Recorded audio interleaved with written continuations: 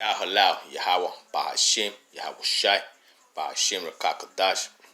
Greetings to the hopeful elect, to all the Israelites, the Israelite foreigners, and the sojourners. Saying they want to be righteous. In the eyes of the Most High. Okay, let's go to chapter 47, 48, 49, and 50 of Sirach. This is hymns to our ancestors. And it started off with 47 then. Nathan. After him, Nathan rose up to prophecy in the days of David. That one, my beloved. Then it says David, King David, that one. As the fat is set apart from the offering of well-being, so David was set apart from the Israelites. He played with the lions as though they were young goats, and with bears as though they were lambs of the flock. In his youth did he not kill a giant and take away the people's disgrace, when he whirled the stone in the sling and stroked down the boosting Goliath? Yeah, man, King David was like, who is this heat and disrespecting the Most High? You know what I'm saying? With the zeal, you know what I'm saying? And the love for the Most High, the Most High delivered him to his hands. For he called on Yahweh Elohim, the Most High, and he gave strength to his right arm, see? Remember that Yahweh Shai descended from David to strike down a mighty warrior and to exalt the power of his people. So they glorified him for the tens of thousands he conquered and praised him for the blessings bestowed by Yahweh Elohim when the glorious diadem was given to him. For he wiped out his enemies on every side and annihilated his adversaries, the Philistines. He crushed their power to our own day. In all that he did, he gave thanks to Yahweh Elohim, the Most High, proclaiming his glory. He sang praise with all his heart, and he loved his Maker. He placed singers before the altar and made sweet melody with their voices. He gave beauty to the festivals and arranged their times throughout the year, while they praised Yahweh Elohim's holy name. And the sanctuary resounded from early morning. The Most High Yahweh Elohim took away his sins and exalted his power forever. He gave him a covenant of kingship and gloriousness, and glorious throne in Israel. Okay, man, King David, that was his beloved.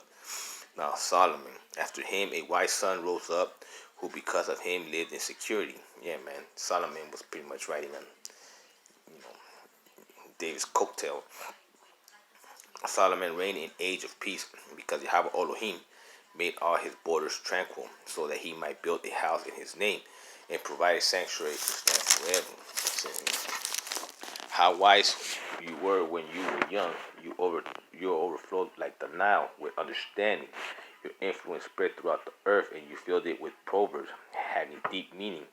Your fame reached to the far-off islands, and you were loved for your peaceful reign. Your songs, proverbs, and parables, and the answers you gave astounded the nations. Yeah, man, from all over, the four corners of the earth, they would come to seek Solomon the Wise's advice. In the name of Yahweh Elohim, who is called, the Most High of Israel, you gathered gold like tin and amassed silver like lead.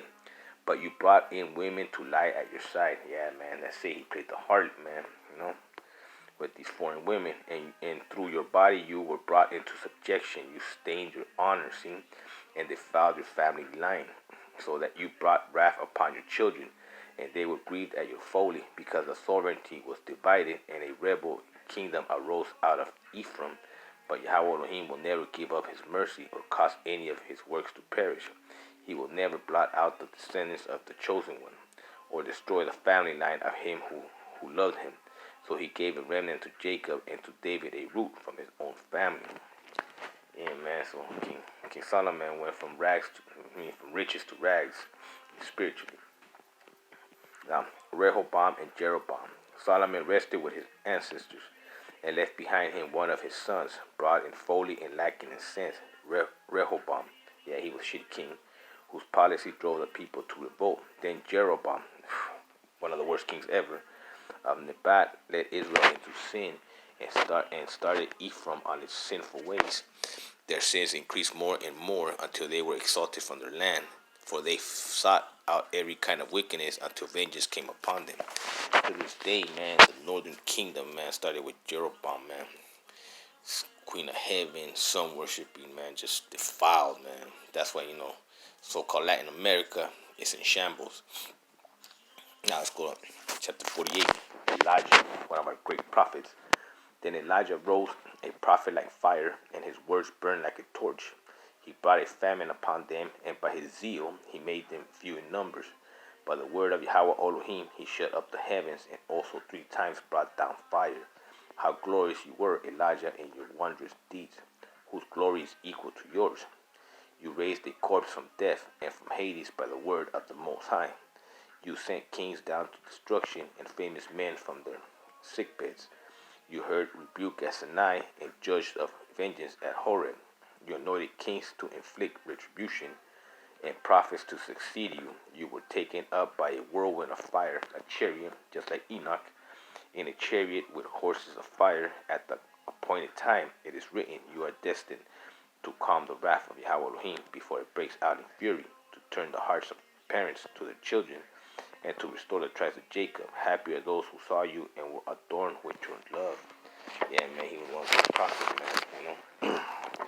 For we also shall surely live. Now, Elijah. When Elijah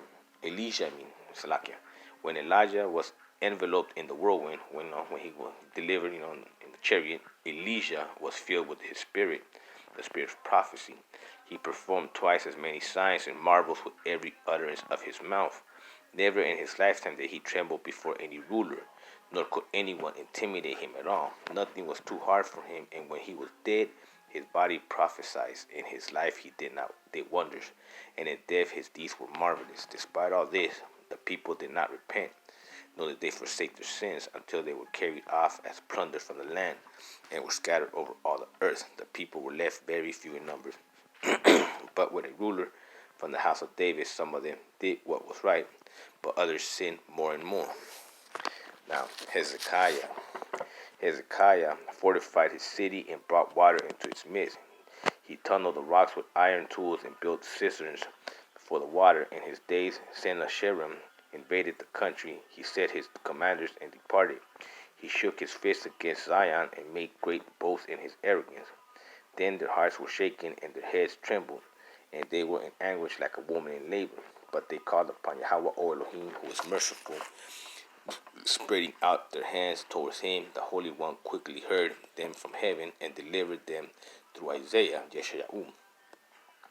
Yahweh Elohim struck down the camp of the Syrians, and his angel, that's Yahushai, wiped them out. For Hezekiah did what was pleasing to Yahweh Elohim, and he kept firmly to the ways of his ancestor David, as he commanded by the prophet Isaiah, who was great and trustworthy in visions. Now, Isaiah, Josiah. In Isaiah's days, the sun went backwards, and he prolonged the life of the king. By his dauntless spirit, he saw the future and comforted the mourners in Zion. He revealed what was to occur to the end of time, and the hidden things before they happened. Yeah, man, see, one of our great prophets. Now, Josiah and other worthies. The name of Josiah is like splendid incense prepared by the skill of the perfumers. His memory is as sweet as honey to every mouth, and like music to a banquet wine. He did what was right by reforming the people and removing the wicked abomination. He kept his heart fixed on Yahweh Elohim. In lawless times he made godliness prevail. Except for David and Hezekiah, and Josiah, all of them were great sinners, for they abandoned the law of the Most High. Yeah, man, so Israel was erring left and right around that time. Now, the kings of Judah came to an end. They gave their powers to others and their glory to foreign nations, who set fire to the chosen city of the sanctuary and made its streets desolate, as Jeremiah had foretold, for they had mistreated him. For even in the womb had been consecrated a prophet to pluck up and ruin and destroy, and likewise to build and to plant. It was Ezekiel, another one of the great prophets, who saw the visions of glory which Yahweh Elohim showed him above the chariot of the cherub, man. He saw, the chariots, man, and the glory. For Yahweh Elohim also mentioned Job, who held fast to all his ways of justice. May the bones of the 12 prophets send forth new life from where they lie, for they comforted the people of Jacob and delivered them with confident hope. How shall we magnify Zerubbabel? He was like a signet ring on the right hand, and so was Jeshua, son of Josadak. Their days they built houses and raised the temple holy to Yahweh Elohim, destined for everlasting glory. The memory of Nehemiah also is lasting. He raised our fallen walls and set up gates and bars and rebuilt our ruined houses. In retrospect, it says, we have ever been created on earth like few have ever been created on earth like Enoch, for he was taken up from the earth, nor was anyone ever born like Joseph. Even his bones were carried.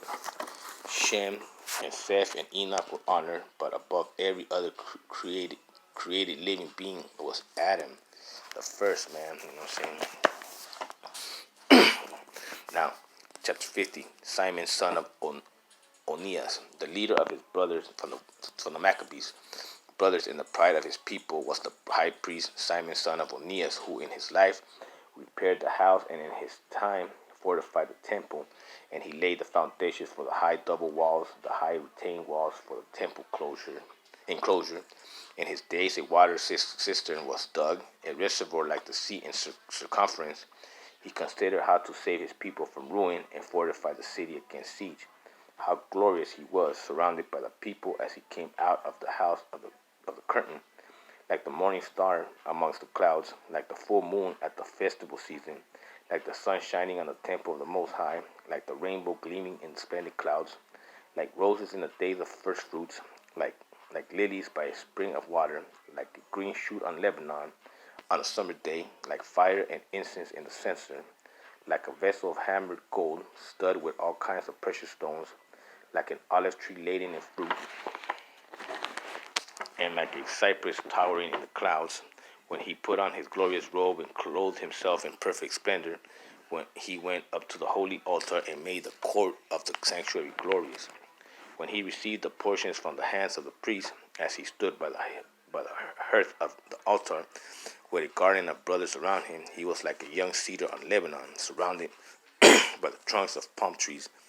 All the sons of Aaron in the splendor held Yahweh Elohim's offerings in their hands before the whole congregation of Israel, finishing the service at the altars and arranging the offerings to the Most High, the Almighty. He held out his hands from the cup and poured a drink offering of the blood of the grape. He poured it out at the foot of the altar in pleasing odor to the Most High, the King of all. Then the sons of Aaron shouted. They blew the trumpets of hammered metal. They sounded a mighty fanfare as a reminder before the Most High. Then all the people together quickly fell to the ground on their face to worship Yahweh Elohim, the mighty Most High. Then singers praised him with their voice in sweet and full-toned melody, and the people of Yahweh Elohim, the Most High, offered their prayers before the Merciful One. Now it says here, until the order of worship of the Most High was ended, and they completed his ritual. Then Simon came down and raised his hand over the whole congregation of Israel to pronounce the blessings of Yahweh Elohim with his lips, and to glory in his name. And they bowed down and worshipped a second time to receive the blessings from the Most High. Now it says here, benediction. And now bless Yahweh Elohim of all who everywhere works great wonders, who fosters our growth from birth and deals with us according to his mercies. May he give us gladness of heart, and may there be peace in our days, in Israel as in the days of old. May he entrust to us mercy, and that he deliver us in our days. Epilogue. Two nations my soul detests, and the third is not even a people. Those who live in Zir, and the Philistines, and the foolish people, they live in Shechem.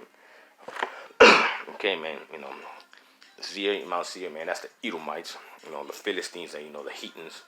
And Shechem, that's the sun worshippers, of the whole world. Instructions is in understanding and knowledge I have written in this book. Yahushai, son of Elazar, son of Sirach, of Jerusalem, whose mind poured forth wisdom. Happy are those who concern themselves with these things.